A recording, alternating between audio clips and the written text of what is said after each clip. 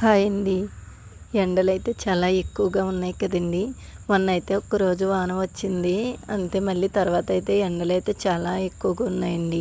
కానీ ఈ ఎండలకి ఏ మొక్కలు ఎలా ఉన్నా గానీ ధాన్యం మొక్కలు చూడండి అసలు ఎంత బాగా పూత వచ్చి ఉన్నాయంటే, అన్ని మొక్కల కంటే ఈ ధాన్యం మొక్క అయితే గనక మంచి పూతతో మంచి చాలా వచ్చున్నాయండి.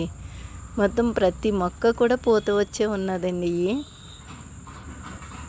చూడండి ఆకులు కానీ ఏమైనా కూడా అన్నీ కూడా చాలా నీట్‌గా ఉన్నాయి.